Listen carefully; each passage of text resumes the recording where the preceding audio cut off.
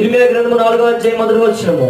ఇదే యెహోవా వాక్కు, ఇశ్రాయేలు, నీవు తిరిగి రానుద్దేశించిన ఎడల నా యొద్దకే రావాలను. దేవుడు ఈ రోజు నీకు నాకు ఇస్తున్న వాగ్దానము, నువ్వు తిరిగి రావాల్సిన ఉద్దేశం ఉంది కాబట్టి మరలా నువ్వు తిరిగి రమ్మని దేవుడు చెప్తా ఉన్నాడు. ఏమే, ఎక్కడికి తిరిగి రమ్మని దేవుడు చెప్తా ఉన్నాడు?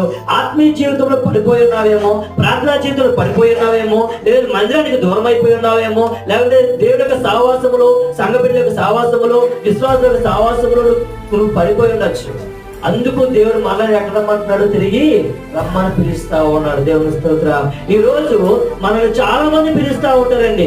చాలా కార్యక్రమంలో పిలుస్తా ఉంటారు, చాలా చోట్ల మనం రమ్మని పిలుస్తా ఉంటారు, లేదంటే చాలా పరిస్థితి బట్టి వాడుకున్న ఎంజాయ్మెంట్ కూడా పిలుస్తా ఉంటారు.